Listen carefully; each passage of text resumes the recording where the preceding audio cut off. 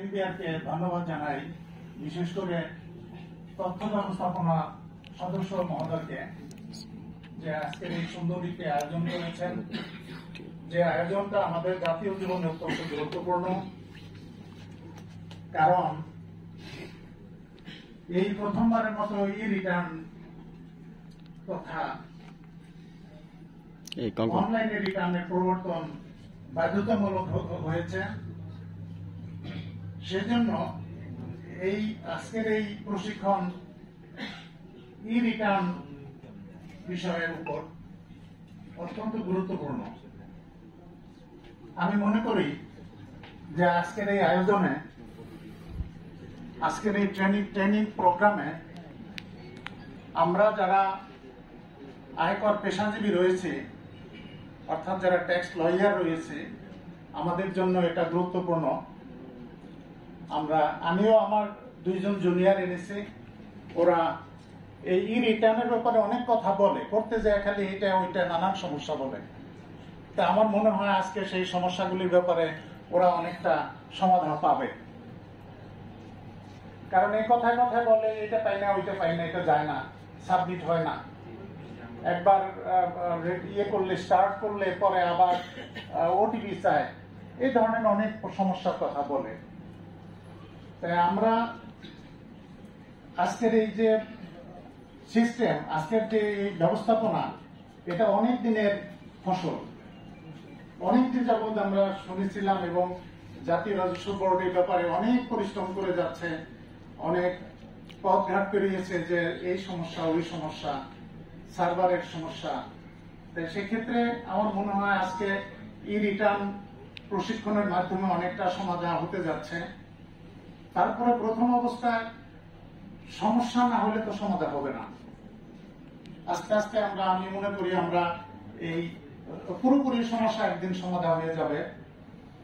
এই online return আমাদের খুব স্বাচ্ছন্দ্য বোধ করি আমরা যখন দেখি একটা রিটার্ন সাবমিট হয়ে যায় অনলাইনে, সাথে সাথে প্রাপ্তি পাওয়া যায়, সাথে সাথে সার্টিফিকেট যেভাবে খুশি নেওয়া যায়, ক্লিয়ারেন্স সার্টিফিকেট নেওয়া যায়, টোটাল ইনকাম, সম্পদ, পেমেন্ট ট্যাক্স বলেও নেওয়া যায়। এই যে বসে বসে এগুলি সাথে সাথে নিতে পারা, এটা একটা বড় অর্জন। আমি মনে করি এটা একটা আমাদের জাতীয় রাজস্ব বোর্ডের সফলতা, আমাদেরকে এই সুবিধা আমরা দিচ্ছে। সেই জন্য আমাদের মাননীয় চেয়ারম্যান মহোদয় এই বিষয়ে অনেক পরিশ্রম করে যাচ্ছে, তার পরিশ্রমের শেষ নাই। আমরা যদি দেশের জনগণ এবং করদাতারা যদি এই সুবিধা পায়, তাহলে ওনার এই অক্লান্ত পরিশ্রম সার্থক হবে। আমাদের এই সম্মানিত সদস্য মহোদয় এবং ওনার এন্টায়ার টিম সকলেরই এই পরিশ্রম সার্থক হবে, সফল হবে। সেই জন্য আমি মনে করি যে আজকের এই অনলাইন ট্রেনিং প্রোগ্রামটা অত্যন্ত গুরুত্বপূর্ণ এবং আমি মনে করি যাদের যার সমস্যা আছে ওই ই রিটার্ন ফিল আপের সময় এগুলি আমরা আজকে জানতে পারবো, সমাধান করতে পারবো। আর আমাদেরকে অনেকটা আগ্রহ হইতে হবে, আমাদেরকে ইচ্ছা থাকতে হবে। আমাদের কাছে যখন করদাতারা আসে, দেখেন এখন অক্টোবর মাস শেষ হয়ে যাচ্ছে, অথচ করদাতাদের কোনো তেমন আগ্রহ আমরা পাই না। সেক্ষেত্রে তাদেরকে টেলিফোন করতে হবে, তাদেরকে বারবার তাগাদা দিতে হবে যাতে তারা আসে। এগুলি অনলাইনের আগেও আমরা অনেক সময় ফোন করি, আমরা তাদেরকে তাগাদা দেওয়ার পরে তারা আসে। আসার পরে সেই নভেম্বরের শেষের দিকে আসে, এসে একসাথে সব এসে ভিড় জমায়, তখন অনেকগুলি ডকুমেন্টস লাগে।